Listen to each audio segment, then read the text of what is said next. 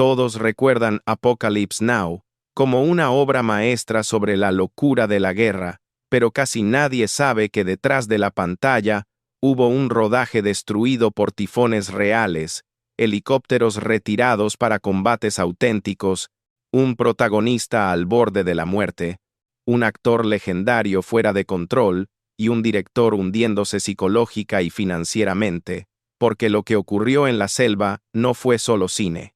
Fue una pesadilla real que Hollywood intentó enterrar durante décadas.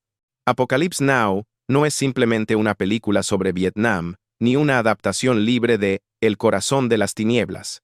Es el retrato de cómo el cine puede devorar a quienes intentan controlarlo, una obra nacida del caos absoluto, donde la línea entre ficción y realidad se desintegró por completo, y justo por eso, detrás de cada plano hipnótico, se esconden accidentes reales, colapsos mentales, decisiones desesperadas, adicciones, tragedias físicas y una espiral de locura creativa que convirtió el rodaje en una guerra auténtica, mucho más peligrosa y perturbadora que la que aparece en pantalla y cuyos 20 secretos más oscuros Hollywood prefirió mantener enterrados durante décadas.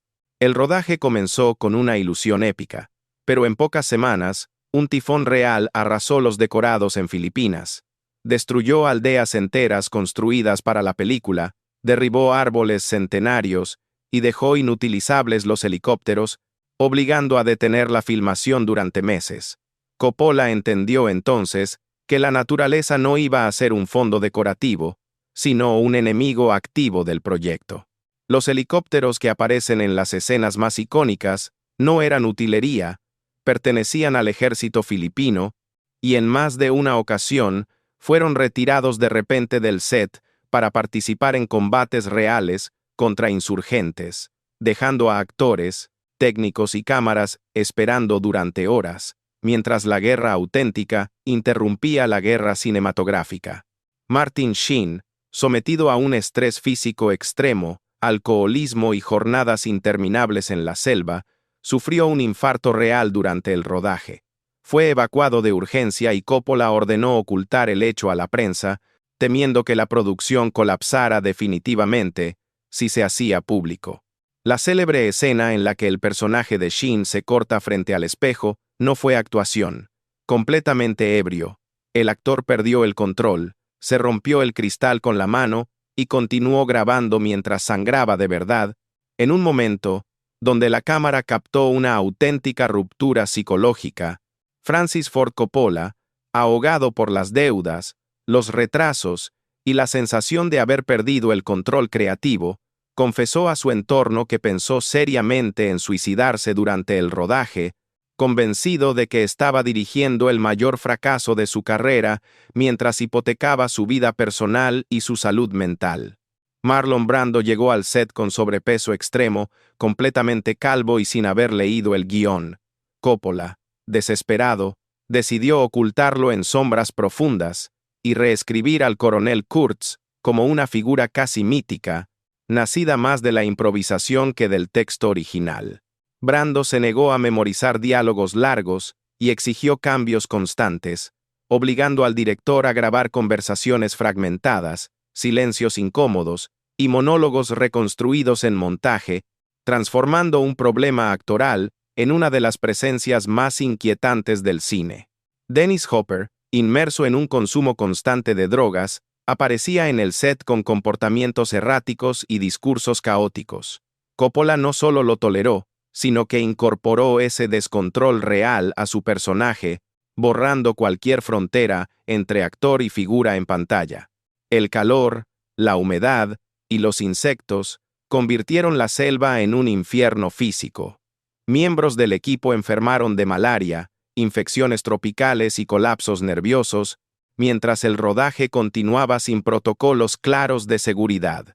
Coppola cambiaba escenas completas el mismo día de filmación, anulando planes previos y forzando a técnicos y actores a improvisar bajo presión extrema, creando un clima de incertidumbre constante, donde nadie sabía cómo terminaría realmente la película. Dennis Hopper no seguía un guión tradicional. Llegaba al set tras noches sin dormir, hablaba sin parar, Gritaba, improvisaba monólogos interminables y discutía con el equipo, y Coppola decidió filmarlo así, convencido de que ese caos químico y mental era exactamente lo que necesitaba para retratar a una civilización al borde del colapso. El sonido de los helicópteros era tan ensordecedor que muchas escenas quedaron inutilizables. Los actores no podían oír indicaciones ni diálogos, y la mayoría de las voces tuvieron que ser reconstruidas en postproducción, alterando radicalmente el ritmo y el tono original de numerosas secuencias. La famosa escena del sacrificio del búfalo no fue simulada. El animal fue realmente sacrificado por una comunidad local como parte de un ritual auténtico, y Coppola decidió filmarlo sin cortes, generando una de las imágenes más perturbadoras del cine y una controversia ética que persiguió a la película durante años. A medida que el rodaje se alargaba sin un final claro, muchos decorados completos fueron abandonados o destruidos sin llegar a aparecer en pantalla, después de haber consumido millones de dólares y meses de trabajo, aumentando la sensación de que la película se estaba devorando a sí misma. El presupuesto, inicialmente moderado, se disparó fuera de control, obligando a Coppola a financiar gran parte del proyecto con su propio dinero y a vivir bajo la amenaza constante de la ruina personal, una presión que se refleja directamente en el tono paranoico y obsesivo del film. El rodaje se prolongó más de 16 meses sin un final definido, y esa ausencia de cierre narrativo se filtró en la mente del equipo. Nadie sabía cómo debía terminar la historia, ni siquiera el propio Coppola, que admitía estar buscando el final dentro del mismo caos que estaba filmando. El ambiente psicológico del set se volvió tóxico. El aislamiento en la selva, el calor extremo y la presión constante empujaron a varios miembros del equipo hacia el alcohol y las drogas, creando un ciclo de agotamiento, dependencia y colapsos emocionales que se normalizó como parte del proceso creativo. La fase de montaje fue casi tan traumática como el rodaje. Coppola pasó cerca de 2 años editando la película, reescribiéndola con tijeras, descartando versiones completas y obsesionándose con cada corte, convencido de que un error podía destruir definitivamente la obra. La película fue enviada al Festival de Cannes sin una versión cerrada y definitiva. Mientras se proyectaba ante la crítica internacional, Coppola aún seguía ajustando el montaje, exponiendo públicamente una obra que él mismo consideraba inacabada y frágil. Con el paso del tiempo, Coppola reconoció que la película terminó reflejando exactamente lo que pretendía denunciar. No solo la locura de la guerra de Vietnam, sino la capacidad del poder, el ego y la obsesión creativa para arrastrar a todos hacia un abismo del que nadie sale ileso.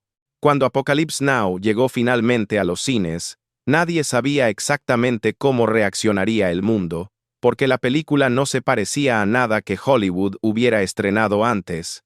No era una epopeya bélica tradicional, no era un alegato patriótico, ni tampoco una simple denuncia política, sino una experiencia sensorial, caótica y perturbadora que dejaba al espectador exhausto, confundido y fascinado al mismo tiempo. La crítica se dividió de inmediato. Algunos la calificaron de desordenada, excesiva e incomprensible, mientras otros la entendieron como una obra radical que capturaba algo que ningún discurso político había logrado explicar: la guerra como una enfermedad mental colectiva. Con el paso de los meses, y especialmente con los años, la percepción cambió. El público empezó a volver a la película una y otra vez, no para entenderla, sino para sentirla.